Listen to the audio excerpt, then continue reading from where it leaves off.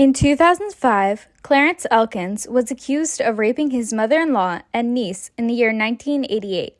He was also accused of the murder of his mother-in-law. The police did not have any hard evidence that would suggest that Clarence was the assailant. The only evidence that they had to go off of was the testimony that was provided by his 6-year-old niece. The girl ran to her neighbors the next day, called the police, and told them the perpetrator looked like her uncle. It was even mentioned that his niece only got a brief few-second view of the man responsible, and it was in poor lighting. The state even admitted that they did not have any physical and concrete evidence that could connect Elkins to the murder and rapings of his mother-in-law and niece. Elkins' team, on the other hand, provided evidence that proved that Elkins had an alibi. They told the court that Elkins was at the bars until around 2:30 in the morning, got back at around 2:40 a.m., took a walk with his wife, and went to bed. Despite the fact that Elkins had an alibi for the night of the attack, he was still found guilty and was sentenced to life in prison for the murder of his mother-in-law and the rapings of his niece and wife's mother. During the conviction in 2002, Elkins requested for there to be DNA testing done to clear his name.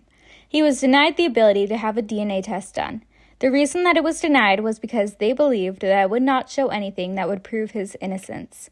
Despite being rejected for DNA testing the first time, Elkins got the funds privately to conduct his own DNA test to help prove that he was innocent. Elkins used the then and new upcoming Y-strand testing to help clear his name. The results of the DNA test showed that the skin cells that were found on the body of his mother-in-law and in the underwear of his niece proved that Elkins could not have committed the crime, as the DNA did not match at all.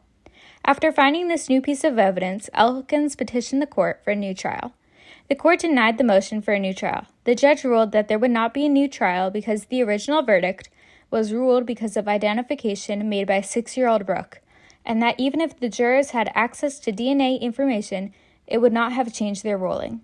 Elkins and his wife believed that the real culprit was a nearby neighbor of Elkins' mother-in-law, who was an already convicted rapist. The neighbor, Earl Mann, was eventually transferred into the same cell block that Elkins was being held in. When this happened, Elkins took one of the cigarette butts that Earl had thrown in the courtyard and had mailed it to his wife for DNA testing. The DNA testing that Elkins' wife had showed a match for the DNA that was found at the scene of the crime. The man who Elkins believed to be the criminal was already a rapist who had raped 3 different girls who were all under the age of 10. During the trial, the police refused to do a DNA testing that could have cleared Elkins of the charges, and instead chose to solely lead their case with the testimony of a 6-year-old. Despite the fact that they had only one faulty witness against Elkins, Elkins was found guilty of murder, attempted murder, and rape. Elkins was able to privately source evidence that he was not the person who committed the crimes. Even though he was able to produce hard evidence of his innocence, Elkins was denied the right to a retrial. During this time in 2001, Elkins' niece, Brooke, changed some of the details that she mentioned in the original trial. She claimed that she remembered that the rapist had brown eyes, when before she claimed they were blue, like Elkins had. The prosecution claimed that Brooke was being coerced by her family. They even went as far as to claim that Elkins' family was hypnotizing Brooke. Despite the fact that Elkins was found guilty and denied a new court case, he and his wife privately found the man who they believed was the one who was actually responsible. Then they were able to get a DNA sample from the man that they believed killed and raped Elkins' mother-in-law and raped his niece. They tested the sample and found that it matched the DNA that was found on the body of his mother-in-law and in the underwear of his niece. He then got his lawyer to petition to get the state to drop the charges against him. Elkins was finally allowed to walk free again on December 15, 2005. In 2008, Earl Mann pleaded guilty to the charges of aggravated murder, attempted murder, aggravated burglary, and rape in connection to Elkins' case. Mann was also charged with 3 unrelated rapes as well. The Innocence Project helped in the case of Clarence Elkins by helping with the DNA testing. When Elkins was denied a DNA testing by the state, he was able to get help from the Innocence Project to get the testing.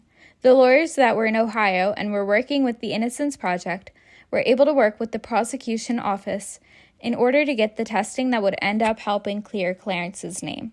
They helped to send his DNA to Orchid Cellmark, which is a nationally recognized forensics lab. After being exonerated, the court and state of Ohio recognized that Elkins was wrongfully imprisoned. As reparation, the state of Ohio awarded Elkins $1,075,000. Afterwards, in the year 2006, Clarence and his sons, Clarence Jr. and Brandon, sued the city of Barberton and specific police officers as well. They claimed things such as violation of the right of due process, false imprisonment claim, state malicious prosecution claim, state abuse of process, law claim based on defamation and or slander, invasion of privacy claim, negligent supervision and retention claim, loss of consortium claim by his ex-wife and sons, and an intentional infliction of emotional distress tort claim. The next year, in 2007, they added 3 more claims that were a failure to intervene claim for conspiracy to deprive Elkins of his due process rights, and a claim against the city of Barberton under doctrine of respondent superior. They denied the 4th, 5th, 6th, 7th, and 12th claims. They also did not object to 3 individual defendants being dismissed. The court claims that Elkins did not produce enough evidence for these claims. They found the testimony that was given by 6-year-old Brooke to be questionable since she did not meet the required minimum eyewitness age and requirement of being at least 10 years old and to not appear incapable of receiving just impressions of the facts and transactions respecting which they are examined or relating them truly. The case of Clarence Elkins connects to the story of Gone Girl in a few different ways. One of the ways that it connects to Gone Girl is that both he and Nick were innocent, but were accused of serious crimes that they did not commit. Both of them were accused of murder, although Elkins was accused of 2 rapes alongside the murder. Another thing that they both had in common was that they had the alibi that they were at the bar at some point when the crimes were being committed, and then left to go somewhere else.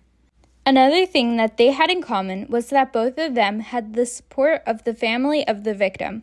Despite Amy not being an actual victim, her parents, Rand and Mary Beth, supported Nick in the beginning of the case, similar to how Elkins' wife supported him. One more thing that is similar between the cases of Clarence Elkins and Nick Dune was that the police refused to believe them both. While Nick did have evidence that was stacked up against him, Elkins did not. Elkins even had proof that he was innocent of the crime, and the police still refused to believe him. Finally, it was up to Elkins and Nick to make sure that they would go free. In both the case and the book, the police did not believe that they were innocent, so it was up to Elkins and Nick to try and gather all the evidence that they could, like a cigarette butt for DNA, or sweet-talking Amy to come back home, to prove that they were innocent and get their freedom back. The police in court believed the word of a 6-year-old who did not even have a good view of the rapist/killer, so much so that they refused to do DNA testing because they did not believe that it could prove Elkins' innocence. This is either a case of official malpractice or incompetency on the part of the police. This is because either way it could have helped convict the real killer. If the DNA did match Elkins, then they would finally have had some hard evidence to use against him in court. However, if the DNA did not match Elkins, which it did not, then they could have realized that they were prosecuting the wrong person and could go out and look for the actual culprit. The police also should have taken more time to make sure that they were following the laws during Elkins' case. They should have also taken more time to make sure that Brooke was properly able to testify. They should have made sure that they were not making wild claims about things like hypnosis when Brooke changed her testimony from when she was 6. They should have also taken more time to make sure that they were properly gathering all the evidence that they could, one way or another, instead of denying critical evidence that could have let Elkins go free. If I had to advocate for only one reform to be made out of this court case, I would argue for proper evidence collection. If the court would have allowed the proper evidence of DNA testing, then Elkins would never have gone to jail. It was because the court did not accept the evidence and claimed that it was irrelevant that Elkins had to spend almost 7 years of his life locked up. And if they would have taken the evidence, they would have also been able to find and punish the real criminal. Since they did not seem interested in catching the real criminal, The real criminal could have moved away or committed more crimes. They jeopardized the safety of the public by allowing an innocent man to be jailed and a guilty man to go free. All because they did not gather the evidence for the case properly.